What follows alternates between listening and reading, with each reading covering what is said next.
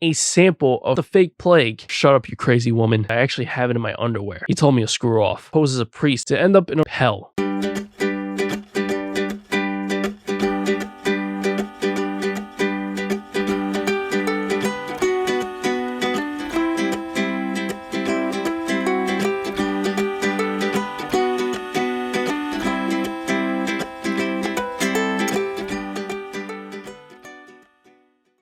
In the last episode, we completed Plague City. To give a quick recap, a plague came to Ardougne, so they quarantined the western part of it by building a big wall around it. People aren't supposed to cross over this wall, but Edmund's daughter Elena did since she's a healer and she wanted to help, but at some point she went missing. I dug a tunnel so I could cross over there and investigate. She was kidnapped, presumably by the mourners, and I found her locked in a cell in some random basement. I helped her get back home, and now we're going to do a sequel, Biohazard. We start off by speaking to Elena, and she tells us the mourners in West Ardougne took some of her equipment, one specifically meant to test plague samples that she wanted to use to help find a cure. Unfortunately, they sealed the tunnel that we made in the previous quest, so we have to find another way around. This guy Jericho is going to arrange that. Need to grab some bird feed from his cupboard before we go. Bird feed. Now what could I do with that? I also need to borrow one of his pigeon cages, go to the watchtower over here between the two cities, sprinkle some bird feed around it, release the pigeons. Oh no, where'd all these birds come from? I think one pooped on me. Where I'm from, that's considered good luck. Now that the mourners are distracted, these guys are going to throw a ladder over the wall to help me get over. Let me grab this rotten apple, slip between this gate, put this rotten apple in the cauldron while this guy is looking directly at me. Listen, buddy, you don't see anything. Or maybe he really can. Maybe they can't see very well through those masks. While everyone's eating whatever was in that cauldron and getting sick, I'm going to open and search this box to find a doctor's gown. Can we look at this for a second? With a name like doctor's gown, I expected one of those white coats. Instead, they got a 99-cent 3-pack of Hanes t-shirts from Walmart and handed me one. Going to use my new shirt to pose as a doctor so I can sneak in through a front door, go upstairs and kill a mourner because I need a key, open his gate, search these crates to find a distillator, and I'm going to teleport out. These guys are going to come up here any second and be like, hey, where'd the doctor go? I still need to see him. Oh my god, they killed Kenny. Bring this back to Elena, who tests plague samples and basically discovers nothing, as in her science experiment didn't have any kind of reaction. She gives me 3 vials of liquids and a sample of the plague to bring to someone else to test. Like, oh yeah, let me just carry this deadly virus around with me. I have to go to Remington, but the containers are so fragile I can't even teleport with them. That's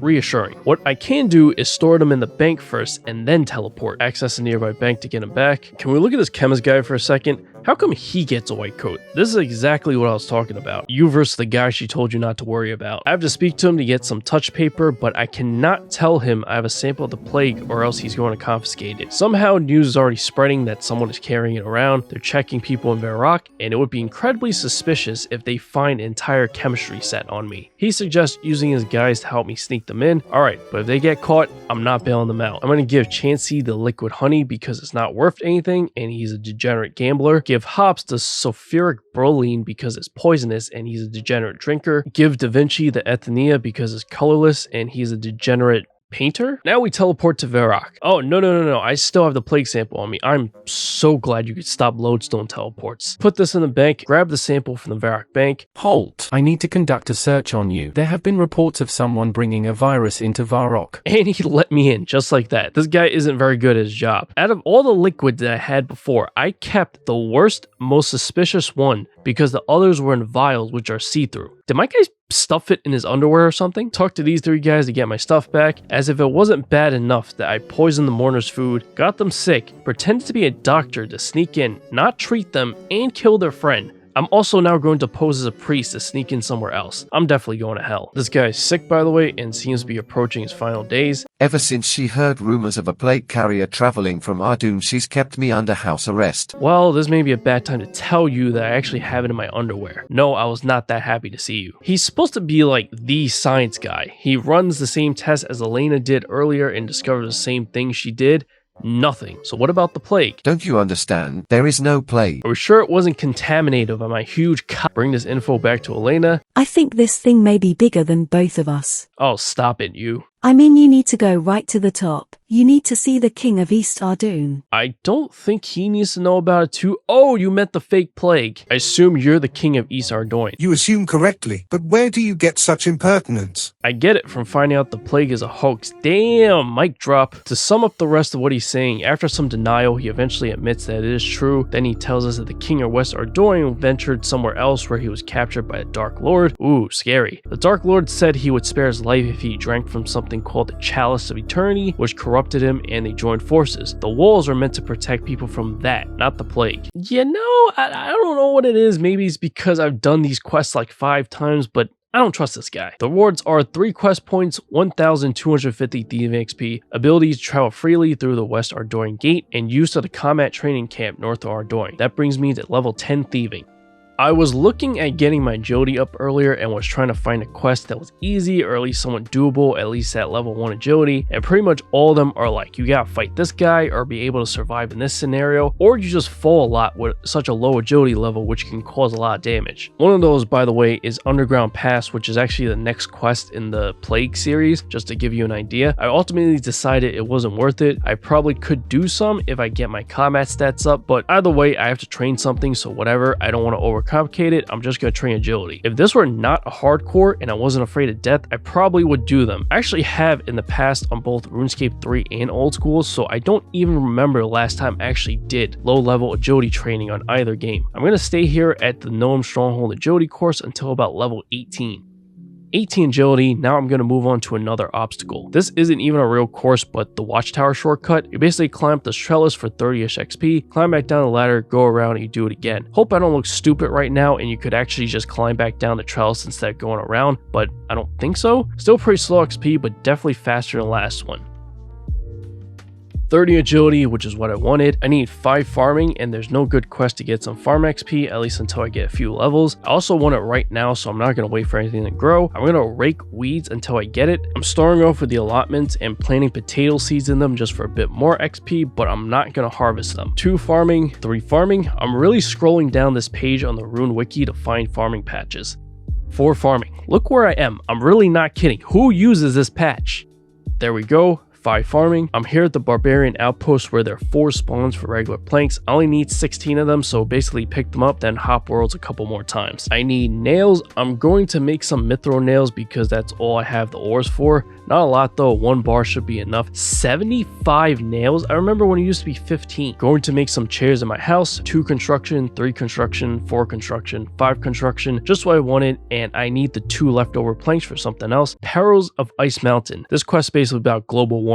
I start by speaking to his delivery dwarf. If you guessed that something went wrong with his delivery, you would be correct. He lost a crate. I could help you find a crate. My guy just loves volunteering for nonsense. Oh, I found it, and there's an option to look inside. You see what looks like a large egg of some kind. This better not be some Jurassic Park type situation. The dwarf couldn't even help me find a crate that he lost or wait for me, so I have to deliver the last crate myself to Jorkar, who's all like, I've got another job for you. Whoa, when did I say I was gonna help you? I didn't even get a thank you or a please. Am I getting paid at least? You know what? I'm gonna go through his pockets instead, and I'm gonna find a key. Whatever this unlocks, I'm sure there's something valuable behind it. He wanted me to bring his letter to his other dwarf who became a monk, Brother Bordis, who has taken a vow of silence, at least until he reads the letter and he starts flipping out. To sum up what the letter says, Jorkar is basically taunting him that he got his machine working, which our monk friend over here didn't think was possible, so that makes him the better dwarf. Brother Bordis claims he never said that the machine wouldn't work. He says that it shouldn't be done because it will be a disaster for everyone. That doesn't sound good. I am assuming this means pollution.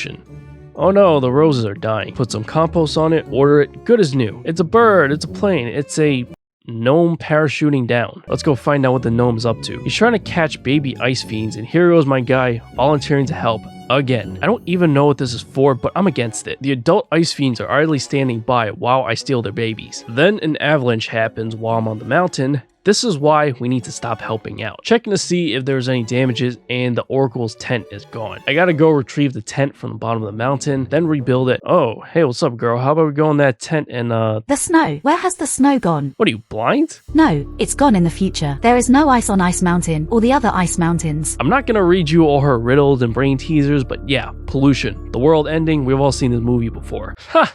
Option 4, shut up, you crazy woman. I'm trying to convince this guy to shut down the power station because of what the Oracle said, and his response is, These so-called oracles are just out to make a quick gold piece out of your gullibility. how does that work? She didn't even ask me for any money. I am paid by the people who designed this power station, so you know I'm impartial. I don't think that's how that works. It turns out the pickaxe shop owner is funding this whole thing, so I really have to convince him. Alright, listen guy, I know I've only bought one pickaxe from you, but this is a really bad idea. He told me to screw off. Brother Bortus apparently had an alternative power source that they could have used, but he never had the chance to present it to anyone because he lost the key to the chest where his plans was stored, which led him to feel so much shame he became a monk, and that's why he took the vow of silence. Personally, I think that's a bit dramatic, but okay. Is this the key?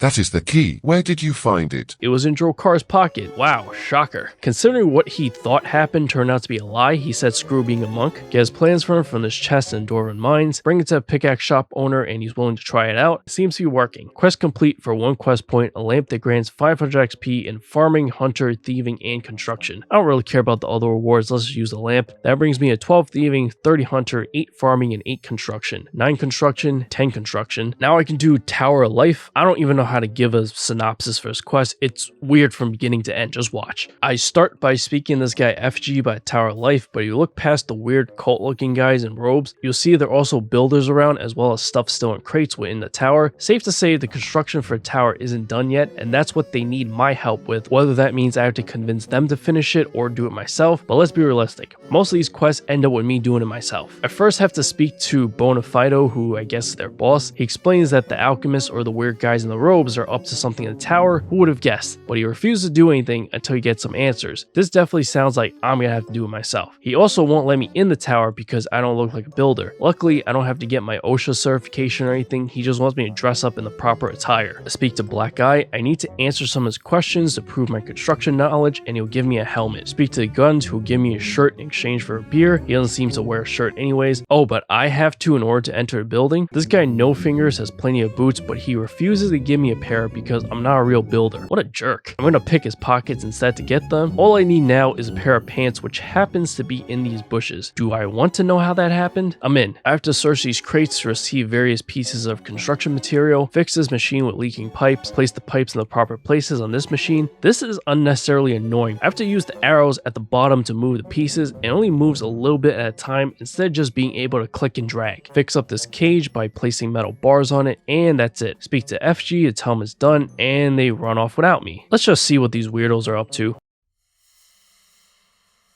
Bro, what is that? To sum up this next bit of dialogue, this thing is clearly in pain while the alchemists are taunting it and my guy is yelling at them to let it go. I really don't like these guys. It eventually gets angry, causing these things to sparkle around them. The alchemists get scared and run away. FG now wants me to go talk to him. Man, I would have left already at this point if I could. So this thing is going a bit crazy and his mind is all messed up because a creature of logic and magic, his thoughts need to be aligned with one or another. It doesn't make any sense to me, but I'll do it. I'm picking logic just because it seems easier. He calmed down, so let me speak to Alchemist again.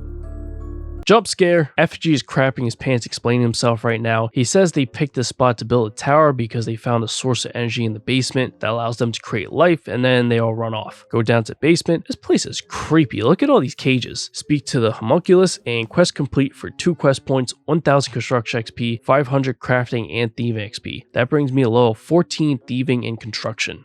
A soul's Bane. This old lady Lana is looking for her son Tona, who ran away. This rift opened up a few months ago and she's hoping he's down there. So far, anyone who has went down there, including this lady's husband, has yet to return. But here's the kicker. This lady doesn't even know what her son looks like because he ran away 25 years ago when he was still a child. Why they think he would be down this random hole that appeared in the middle of nowhere is beyond me. But of course, I'm gonna help as usual. Climb down into a rift to end up in a room that basically looks like hell. No, really, the place is red, there's fire everywhere, and angry, dangerous monsters, this is what I imagine a budget version of Hell to look like. Taking into account that this quest came out in 2006, and all it got was a slight graphical update, just enough to keep up with the rest of the game. In this room, all I do is take a weapon off the wall, kill a specific monster with it because certain monsters are weak to certain weapons, and repeat until the bar at the top fills up. This is the only fun part of the quest. Watch me one-hit everything. Bam, bam, bam, bam. This next room is the Room of Fear. I look inside the dark holes and kill any Reapers. The premise of this quest is that I go through these different rooms based off different negative emotions from Tona's mind, and I help him get rid of them. Enter Black Hole. This door is darker than the rest. There's no way I'm going in there. That's funny. I'm usually not afraid to enter dark holes. We're getting a little cutscene, the boy running away. It appears he just gets sucked into the ground. Oh look, the hole isn't so dark now. The Room of Confusion. This room is god awful. There are 5 creatures that can attack. The problem is 4 aren't real. To make matters worse, I don't appear to be accurate enough in my hits to quickly figure out which one is real, so I'm just hitting all of them hoping it works. There are also 5 doors. Every time I kill a real one of the fake doors disappear. 5 more creatures spawn, then I have to do it all over again until there's 1 real door left.